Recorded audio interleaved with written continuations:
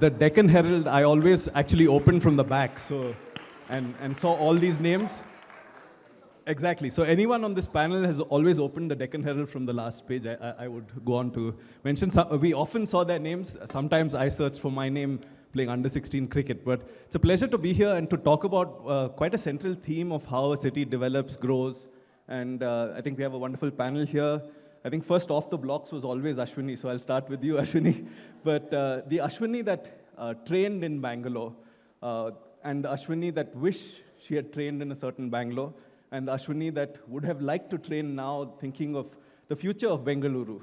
What are those three versions, Ashwini? A very good evening to each one of you, and congratulations, Deccan Herald, for organizing this conclave.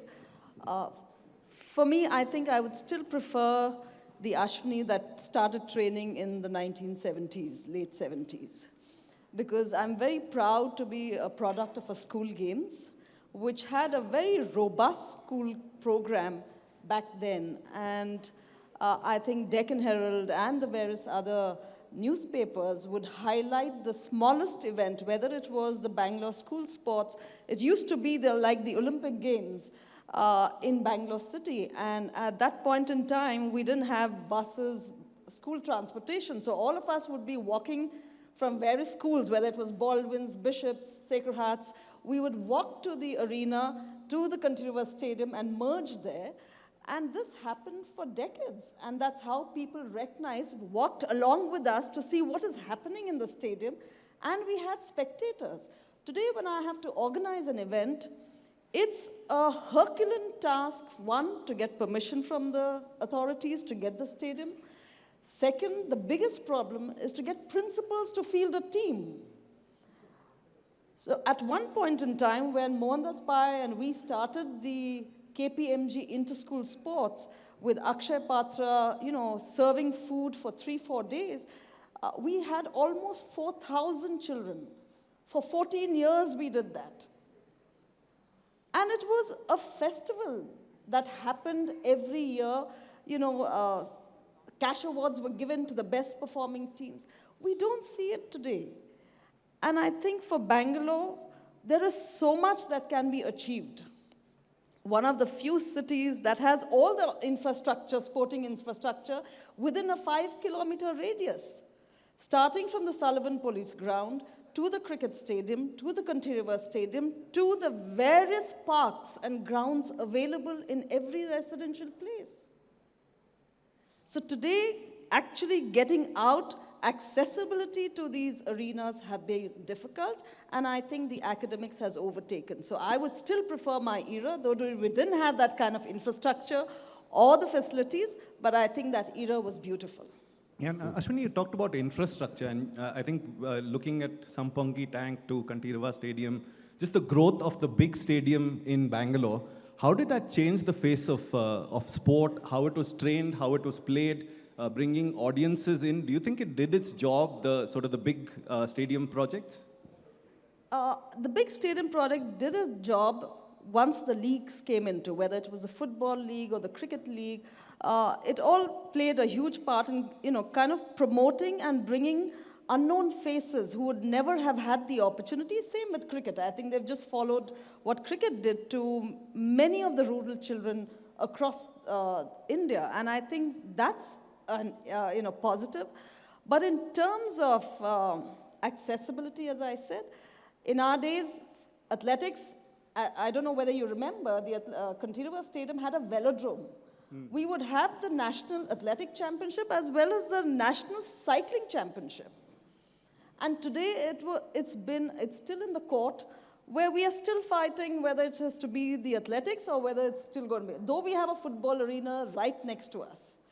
So it's good to have the infrastructure, but you really, I don't see that many athletes in my field. When there was a whole gamut of athletes from Karnataka doing well at the national level, I would have loved to see that many number double in the recent years, which has not happened. I'll come back to you, Ashwini. And Laxman, you played your best innings at one drop, so we'll come one drop here. Can we call you a Bangalorean now? Honorary Bangalorean? You can, for the next 3 years. Wonderful. And so my question is to you, the NCA is in Bangalore, looking to grow in Bangalore. Besides the wonderful weather, the great people, science, medicine, why would you choose Bangalore? I think the proximity from all the cities, and I think weather plays a very important role, because when you have a National Cricket Academy, the majority of the camps or the development program which happens is during the off season. And in India, the cricket season starts from October to March. Sometimes it can go to April. So that's why I think Bangalore is one place where the weather is beautiful. Even probably May is a month where it can get hot, but nothing compared to the other cities in our country. And then through June, July, August, it's beautiful, it's very pleasant. So I think it's an ideal location to have the National Cricket Academy. And also the facilities. Yes, we're coming up with this new facility very close to the airport, which probably will be ready in 2 years' time. But even having the facility at Chinnaswamy Stadium since the emergence of National Cricket Academy in 2000 has been great. It's quite an inspirational movement for any youngster who comes and trains at Chinnaswamy Stadium, because some of the greats of the game, including my good friends Rahul, Anil, Srinath, all of them played at this venue. And not to forget the cricketers from the yesteryears, like tomorrow it's great that G.R. Vishwanath is launching his book tomorrow. So I think it will be quite an inspirational moment for any youngster walking onto the Chinnaswamy ground, just knowing what it takes to play for the country and what it requires to realize their dream. So I think Bangalore is a fantastic place to have the National Cricket Academy. And what role is it going to play in the national landscape? I know it sets the tone for lots of the other sports in terms of sort of athlete care, injury management, but where does it fit in the broader BCCI plan? I mean, you have people now playing 200 and plus days of the year, people getting injured regularly, and sort of the resources being critical to managing performance. Where does the NCA locate within the broader BCCI ecosystem of talent identification, tournaments, game development? Where do you locate that? Yeah, probably one of the most important institution as far as the ecosystem of BCCI is concerned. And that's the reason I have taken up this role. My good friend again, Rahul, did a fabulous job as the cricket head last 2-3 years. So I think while I always believe that NCA is just not a National Cricket Academy, it's a center of excellence. So what do you expect from Center of Excellence is, while this is the headquarters of all the development programs, but how you spread the tentacles, how you manage the talent, which is probably a lot more available now in the rural parts or the second-tier cities of our country, how to have programs where you can identify the talent, you can nurture the talent, and all the best and probably the elite cricketers should come to NCA.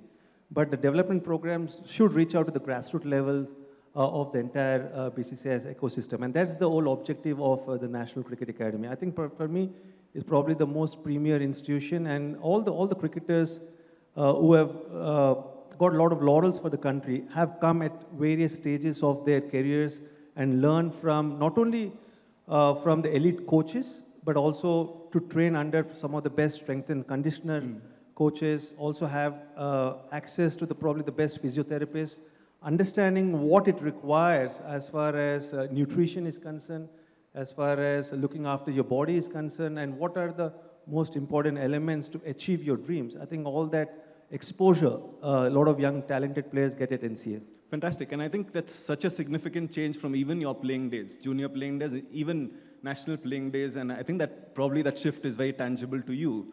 Yeah, I think that was the whole reason of NCA to start in 2000. Because when I was growing up, the first time I came to Bangalore was when I was a 16-year-old kid.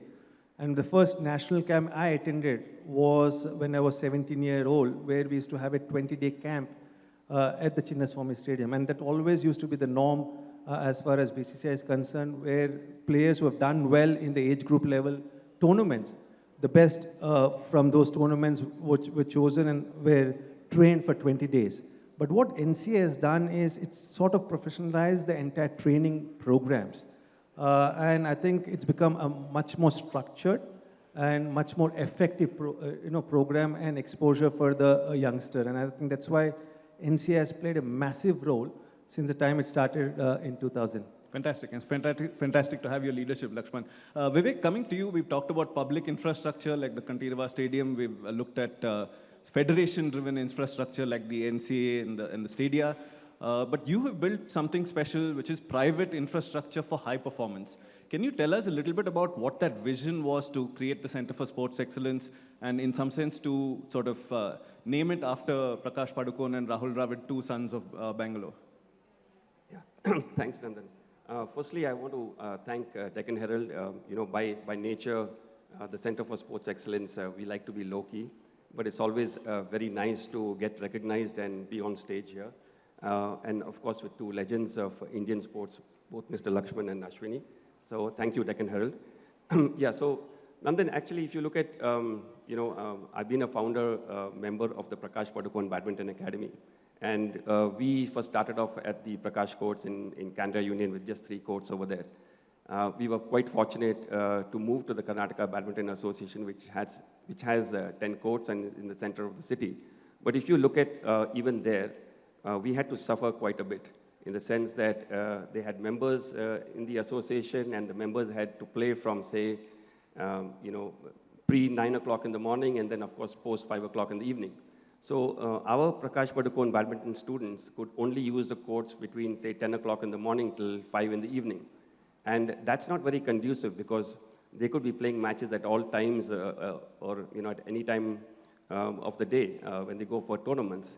So we had to suffer. Of course, Karnataka Badminton Association was very kind to give us these courts because, we had a nice hall to play in. So I would say that one of the reasons why I put up this facility is we actually lack really good sporting facilities.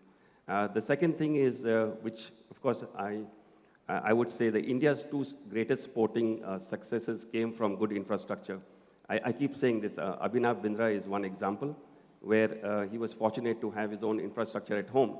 And the second example, of course, is what Gopi Chand has created in Hyderabad. I mean, after he won the All England, the government gave him land and he was fortunate to build a nice facility. The fact is that both of them could sweat their sporting infrastructure 24/7 whenever they wanted it. I think that's something which I learned from, and I felt that if we can create more of such good facilities, we're only going to create more champions. And I think sometimes I think, yes, it's created for the players and the young players, but I also think that this facility is good for the coaches because we have a lot of dedicated coaches in our country. And those dedicated coaches do not have enough good facilities or facilities which they don't have any hassles to, overcome on a yearly basis, whether it's an association or a federation. And I think this kind of a facility is created for both the players and for the coaches. Wonderful. And you dedicated it, like I said, to the name of Rahul Dravid and Prakash Padukone. What is the importance of figures like Rahul, Prakash, Ashwini to a city and its culture? So clearly you have been inspired to do something by them or in their wake. What is the importance of creating champions from a city? Yeah, you asked me, Nandan, about the naming of the facility. So, I mean, it's quite unfortunate if you look at the city of Bangalore, even Karnataka. So far, even though both Prakash and Rahul have achieved so much in our for our nation, no one's ever thought of actually naming something after them. I know there's a Prakash Courts, which is a small community hall, but it's about time that we recognized what these 2 gentlemen have done for our country. And I think that's the least I could do. I'm fortunate that I know both of them really well. And, I wouldn't want to have named that center a Vivek Kumar Center for Excellence. And I think it's dedicated to both of them. And they're so involved in everything that we're doing there. I mean, they're mentors to every single academy and all the players who are there and the coaches as well. Wonderful. And Ashwini, coming back to you, you talked about a supply problem, right? The sports clashing with education and people even not turning up to play. How do we solve that? And on the other hand, is there also a sort of the other side of the problem? Is there infrastructure that is accessible? We find many sports in the city actually locked up behind walls, right? Clubs, institutions, which not anyone can walk into. How do we solve this challenge building to the next 20 years, making, I would say, the infrastructure and capabilities, coaching, accessible to the most deserving, because it can't be accessible to everyone. And we often hear this refrain, right? Those who can afford to play don't really know how to play, and those who know how to play can't really afford to pay. And how do we break this cycle? I think if you look at the Karnataka Sports Policy 2018, we both were, on the committee with Rahul and Prakash there, trying to draft a policy. And it took over 6 months, and the end of it, what happened? I would go back to what Laxman just said. Unless you have a professional setup with professionals managing it, and you have a structure in place. Today, if I want to put my child, or any of you all want to put your child in, say, athletics, do we have a structure in place to say where you can go, who are the coaches available, what is the next step after the school level, can they go into the next phase, what are the competitions available? There's nothing in paper. There's nothing as a structure that is available. Now, if you want to change that, we have associations. I know because my daughter played badminton at the Prakash courts under them. It was difficult for them to manage the entire program because associations were taking up much time with the matches. Now, I think what is important in Karnataka or Bangalore city to revive the sporting culture is, one, to map out the cities. Sports is not just about winning an Olympic medal. Sports is about the health of our citizens. And that is what we need to look at. Look at mapping. We had the commissioner here. Look at mapping the city of Bangalore. What are the infrastructures available in terms of even playgrounds or parks, which is accessible to citizens? And then which are the professional bodies, private as well as public bodies, that are organizing or managing facilities? Who do you reach out to? And I think there is much to be achieved in that area unless we're looking at it, as you said, in the next, when we reach the 2037 is when we reach the 500th year of Bangalore. I think that is what a roadmap should be there, with professionals managing it. And most of our athletes, former athletes, are underutilized. I think Vivek knows that much better. They are there to provide the services. Bangalore city has the number of run clubs. Marathons have become the norm today. You see a very healthy atmosphere. You get up to go to the gym and you see lots of young, old running on the streets, trying to manage that 45 minutes or 45 kilometers. It doesn't matter. So the running community is growing, but the kids are not coming onto the track. So I think the important thing is, how do we really get them there? Unless we have a competitive structure which involves right at the base, whether it's your taluk level, district level, school level. When you have a robust program of competition, allowing children to experience the joy of competition, I think we will see more champions emerging out of choice. Wonderful. Laxman, if you would like to add to that a little bit. Before I get to my question, all cricketers have some semblance of what a certain city means to them, right? I'm sure you have memories of Kolkata, Delhi, playing in all of these cities. What did Bangalore mean to you when you were a test player? Bangalore meant where we had passionate cricket fans, knowledgeable cricket fans. And if you see in the entire country, I always felt that Bangalore and Chennai had the most knowledgeable cricket fans who understood the game. And the structure to produce champions. If you see the history of Ranji Trophy cricket, after Mumbai, if any team has won Ranji Trophy, I think it was Bangalore. So I think they've got a structure to produce cricketers of international repute. And I always believe that it's very infectious. If once you have champions, and if the champions can pass on the knowledge, if the champions can help the youngsters to realize their dreams, it always helps, and it probably quickens the process of a youngster realizing his dream. And that's what I always found. Whenever I came to Bangalore, I saw a Roger Binney talking to a Rahul Dravid. Whenever I came later, a Rahul Dravid talking to a KL Rahul. And now when I see a KL Rahul talking to a young under-25 or under-19 Karnataka player, and I think that's very, very critical. How you pass knowledge from your experiences and the highest level when you play, we all know that there's a lot of difference as far as the mindset is concerned. And I think when you already experience that, you've already realized what is required to achieve and play and sustain at the highest level, and you pass on that knowledge, I think it will be very helpful for the younger generation of cricketers. And that's what I always found in Bangalore and with Karnataka cricket. Wonderful. And just coming back to Bangalore itself, I think very often we think of a city and serving its own needs. But as a capital city, it also serves the needs of the larger state, right? When in terms of infrastructure gets centralized. And Indian cricket has been a wonderful example of the democratization of the game. If you look at the Indian team right now, many do not come from large cities. Significant change from, let's say, 15, 20 years ago. But that also means that the talent is everywhere and has to migrate to larger cities to get opportunities, right? So in that sense, looking forward, recognizing that the talent, especially in a sport like cricket, is all over the state, what role does a capital city play in a state in terms of migrating talent, and what does it have to make that path easier and to really give people hope that there is a future? What is the surrounding infrastructure that a young person coming from Hubli, Raichur, Dharwad, or anywhere else from the state, needing to make their way up the pathway to sport, what should a capital city be providing? Well, Nandan, more than the capital city, I would go what an association requires to do. And I think every sports association has got a different need and how to tap and how to nurture talent. And I think credit to Karnataka State Cricket Association, that we are not only talking about the facilities for the players or the upcoming cricket aspirants in Bangalore. Yeah, you have grounds like Alur, where there are 3 grounds at one location, where a lot of players can go and practice. Infrastructure is very, very critical.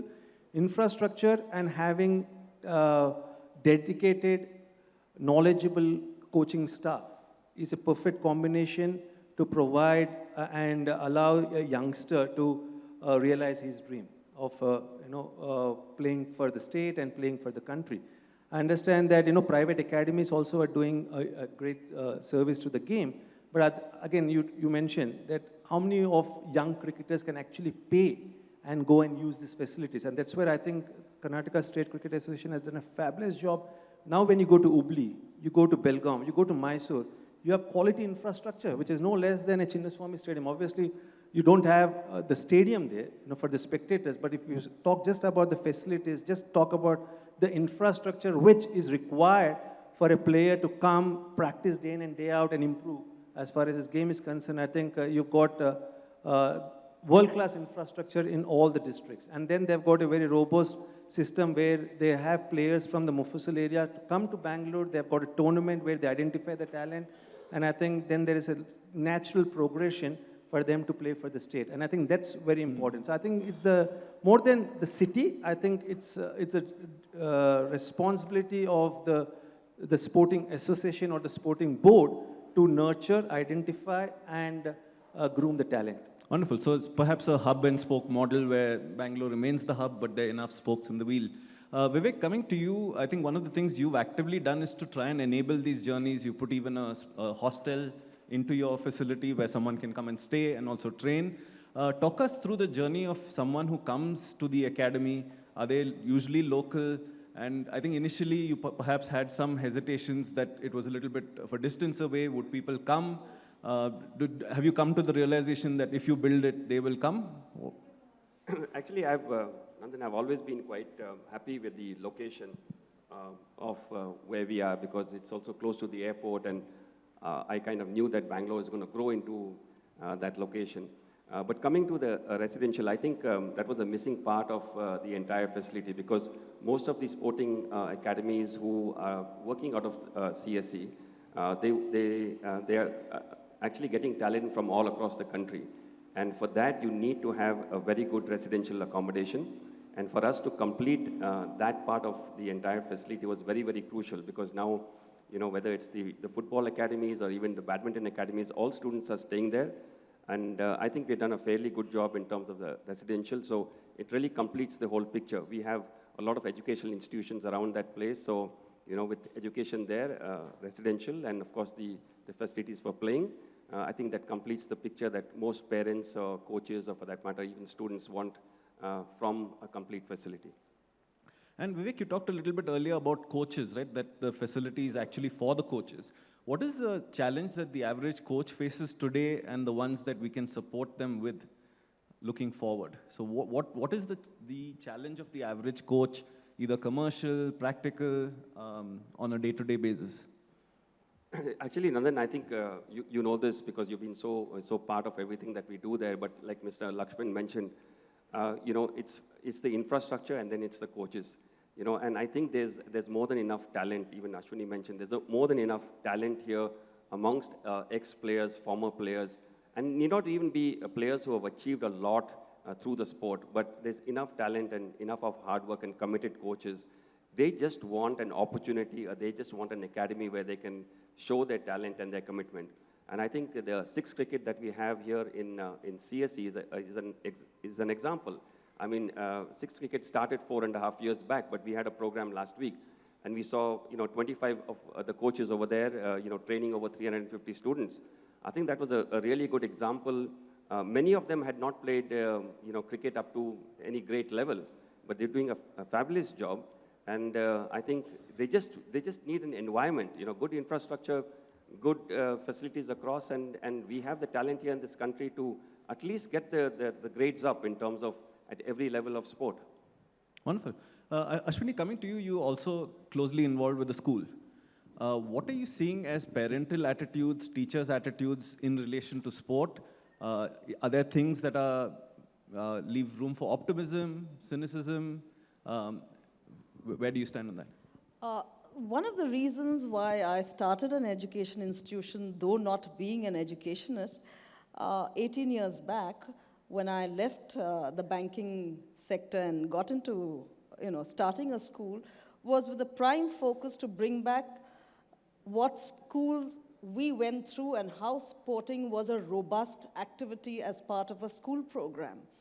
I think in our days, most of our schools were seen who are doing well in sport became a visibility for the entire community, and children would get admitted there. A very conscious effort was made by my husband and me to start the school and then put in my foundation over there. We started with 25 kids. Today we are up to, from Montessori up to 12th with 850 students, which is great. Now we have 3 sports which is primarily the focus, which is athletics, hockey, and shooting. Now 7 of my boys have already gotten to the SAI hockey. I'm looking at only the grassroots base to bring back the sporting culture. And this is what I did in Coorg because this is where I come from. And being a Kodagu, we've really not had the kind of infrastructure, whether in terms of academics or sports. Most of them came to Bangalore, Mysore, Ooty, or Mangalore to go even pursue an education. So that was a conscious effort to start the school in Coorg with a sports foundation and to actually showcase that sports is an integral part of our education curriculum. And we have proven it. It's just about bringing back the love and the mindset change from parents when they see it as possible. I'll just give you one example. Manjunath was a young boy who joined me when he was in the 6th grade from Mandya. His father was an orange, he grows oranges in his farm. And he came in and he was a lanky young boy, not very good in academics. And we kind of had a selection process and we took him into athletics. And the first few years, it takes about 3-4 years for him to. He came and won the state championship in 400 meters hurdles. And my math teacher, Mr. Sanil, comes up to me saying, "Ma'am, please don't put him in sports because, he has to really do well. He's getting into the 8th grade now." I said, "No, he will do sports and he will also, do athletics." So we have a facility where our teachers give a one-to-one attention to all the children who are participating in sport. So that is where we have succeeded to bring back this. It's not, all my teachers work extra hours with the sporting students. And believe me, the same teacher who complained about Manjunath came back to me after he won the championship to say, "Ma'am, look at his result. He's 72% now." Because this is what sports does to a child. It brings back that confidence, it brings back that self-esteem. So when he enters a classroom, after being decorated in the assembly, he feels a sense of pride. And then he's looked upon. So this is what sports transforms all these things. And I really believe, Laxman and Vivek and you will agree with me, life's lessons are not learned within the four walls of our classroom.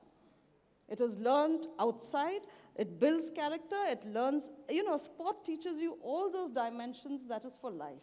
And I think these are so many of such examples have happened. And today I'm proud that my young Purna, who's from my academy, is now in the Indian junior team in hockey. It just gives a sense of pride. So it really shows that sports and academics, though in our school, physical education is part of the curriculum. You are tested, you are marked, and you are given your report on physical education. So that's a conscious effort. It can be done, it is easily done, it's only the mindset has to change. We're not, most principals are looking at getting only a 10%, 90%. What about an average student? There is no place to go to. So I think wonderful points there, just safe spaces to lose and build a relationship with defeat and build character. And at the same time, Ashwini, we hear a lot, for example, especially in Bangalore schools, of this overlay of sports excellence, in fact, being quite exclusionary to the last child in the class, right? So this notion of celebrating the top 2 or 3, and sports excellence can actually be exclusionary. So should we be moving more towards sort of a sports for all model in schools? Or is this notion of celebrating the 2 or 3 who do really well, go to the state team, go to the national team, and really put them on a pedestal, it cuts both ways, right? So how does a school principal today, if you were sitting in a room, what would be your advice to a school principal saying, how can you take everyone along in a sports curriculum, celebrate the ones who are excellent, but take everyone else along? What would that conversation look like between you and a principal? First of all, I think, the criteria for you to get a no objection certificate to even start a school is a playground. That is the first criteria in those norms to even apply for a no objection. So you have to have land. Now, how many schools, we know the schools that we have grown up, we have seen, have transformed those grounds into classrooms. So one, there's a conscious effort by the head of the institution, whichever organization. I think it works in every aspect of our lives, in every corporate, in every organization. Like now the Prime Minister is driving sport. It took a pandemic for a nation to realize that sport is important. It should be a way of life. It should be a sporting culture. So now when you talk about principles, I'll give you an example in my academy. Right now, from day before yesterday, since we have the shooting range, a 10-meter shooting range, my grade 6 till grade 9, all of them are going for shooting, and then we select. Okay, we started the golf program with Nikki when she was here. From grade 1, went to the CGL course just to experience that, and those who liked it, stuck with it. So this is how you must do it. Now, not all schools will have a sporting infrastructure, but at least the physical education department must be robust and not be there just to mind. If a physics teacher or a math teacher doesn't come, you go mind the class. He must do the job. And when you teach sport, there has to be a test on that, what he's teaching. We take it for granted. So unless that kind of importance is given to the physical education department at school level, you will not see children taking it seriously. Yeah, I think a big challenge there between sport and education. And I think we were on the committee with the PU board as well, and they don't even use the budget that they collect the money off, right? Just for the knowledge of everybody, when we were in the committee, and I insisted that they call up because in Karnataka, the PUC is the only, I think over 11 lakh children don't know whether they're in the school stream or whether they're in the university stream. Yet, Even a government school fee entitles a child to pay 8 to 10 rupees as a sport fee. So I just told them from the find out what is the budget. There is a budget sitting every year of 3 to 4 crores with the education department to promote sport. Which is ಏನು ಮಾಡ್ತಾ ಇದ್ದೀರಾ ನೀವು? not been used. ಏನಿಲ್ಲ madam, program ilva. Can you believe it? This is the state. Even if you go to college, the minimum fee for sport in your tuition fees is about component of 250 to 500 rupees per child. They are collecting. But who's really doing the sports program? So we really need to look at, if you really want to look at sports becoming a driving force in our country, because we're performing well across disciplines, I think we need to really go back to the base. I think it's a wonderful reminder for Bangalore. Laxman, just coming back to you, we are in a city which has fantastic medical infrastructure, fantastic technology infrastructure. How do we get these two industries to work with sport, in particular in a organization like the NCA? Are we tapping the private potential that sits in a city to serve sporting goals? Definitely technology. Not so much the medical, because I think NCA has already got qualified physiotherapists, and BCC has got a panel of qualified and well-renowned doctors. But as far as technology is concerned, I think that's the way forward. Because we all know analytics is playing a massive role, not only in sports, but in any walk of life. In any business, analytics is the differentiator between a good and a great company. So I think BCCI and NCA will definitely focus a lot on analytics, and that's where I think the various companies in Bangalore or in India, let us not, I understand this program is about Bangalore, but I think we are very proud, and I was listening to the great Mr. Narayan Murthy saying that how India is now a force to reckon as far as technology is concerned in the world. So I think technology will definitely play a major part in the development of sport, and data and analytics is also very, very critical in identifying. Again, I go back to, there's a structure for any individual to realize his dream. And I think that's probably only one thing which probably Ashwini or myself or Vivek didn't have when we were growing up and in our probably formative years as a sports person, is can we use the data, can we use technology to enhance our performance, whereas the youngsters now can use that, while you don't want to confuse them, and that's why knowledgeable coaches who understand analytics, who understand technology, who also understand when to use what, will be very, very important. Fantastic. Lovely to hear that openness. And Vivek, someone else working to set up infrastructure, let's say private infrastructure, comes to you, what advice would you give them, having traversed this journey over the last 5 years with CSE, before that with PPBA, and then having been a national badminton player yourself?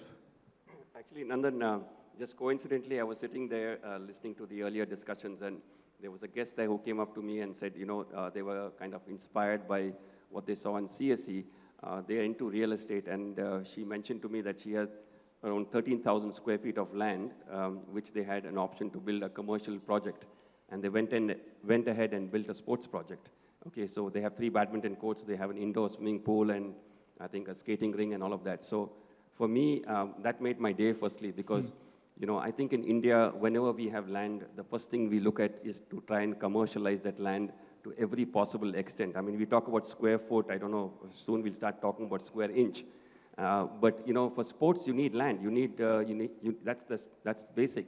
So what I would say is that if people can get land, or corporates, or for that matter, anyone who has that opportunity, just don't look at only trying to see how much you can gain financially. You're doing some good work for the state or the nation if you can give out that land for sporting use, because we all know that sports is so closely associated with health as well, and education, like Ashwini said. So my request is, you have land, use that for sports as well, and including educational institutions. It's actually quite sad to see, like Ashwini, you mentioned, that so many good educational institutions are now converting their empty lands or their sporting lands into more and more classrooms. I think we have enough of that. And the reason why we are building more and more hospitals is because we don't have enough sporting facilities which are taking care of the health of our nation proactively. Wonderful. Just the last couple of words. I think we're run out of time. But Ashwini, if you met a 12-year-old Ashwini today, what would be the advice you'd give her? Well, depends on the 12-year-old whether she wants to take up sport or music. She's as talented as you and has the same ambitions and dreams. Well, interestingly, I just saw on Facebook, I was just browsing through it 3 days back, and I saw one from Maharashtra, a 7-year-old girl. They just put her action picture on and said she won the long jump event with 2.58 meters. And it just caught my eye. So I just kind of replayed it, and she had fantastic action, the spring action to jump. So normally I don't, but I responded, in case she wants help, please reach out to us. And today I get a long mail about this young child who's 7 years old. I mean, just on a Facebook by looking at it. So I think if I can see that young 12-year-old, whoever it is, actually on the field and see if she has the talent, then I would definitely take her under my wings. Wonderful. And Laxman, 12-year-old junior Laxman? 12-year-old junior Lakshman, luckily, it doesn't require to choose between medical profession or, a sporting profession. And I was very fortunate that my parents gave me the freedom to pursue my dream of playing for the country. And that's been the big shift. Now, parents are putting pressure on their kids that they want them to be a Bindra, a Gopichan, a Rahul Dravid, a Ashwini Nachappa. Yeah. I mean, Vivek can tell that, a lot of kids, because recently I met one kid who's training at Vivek's academy, the Prakash Padukone's badminton academy, where she has actually taken a flat there and she's training at his academy. So that's been the biggest shift as far as parenting is concerned or the mindset of the parents is concerned. But I just go back to one thing which I'm very clear, irrespective of generations, nothing changes if you have to realize your potential, you have to realize your dream. That is, you have to be committed, you have to be passionate about what you're doing. In any walk of life, that is the secret and that is the recipe for success. So I think I was very passionate about realizing my dream of becoming a cricketer, and I think it doesn't change irrespective of which generation you're talking about. Wonderful. Vivek, any last words? No, I think at this forum, all I would like to say is, it'll be great to see at least about 100 or 1,000 centers that we have at the Center for Excellence in Bangalore. I think that is going to start really the sporting journey that we are looking forward to. We have about 1,500 children playing at our center there. A lot of education institutions we are tied up with. I mean, if we have more such centers, we're just going to become bigger and more powerful in our sporting journey. Wonderful. And just my last words, I remember what I was like as a 12-year-old and just the significant effect the media has on local sport and junior sport. I feel like we've gone to the extent of covering lots of the business of sport, European football. The beauty of the Deccan Herald was always that it covered local sport, and I think keeping that spirit moving forward, it'd be wonderful to do that because it makes a tangible difference to the young cricketer, the young footballer, the young athlete, and can really change lives. So just those are my parting words. Thank you, everyone, for being a patient audience. Thank you so very much. I would like to invite on stage Mr. Shankar to hand over the mementos to our panelists. Thank you so very much for this wonderful discussion about sports and what it takes to achieve success. Ms. Ashwini Nachappa, we have Mr. Vivek Kumar,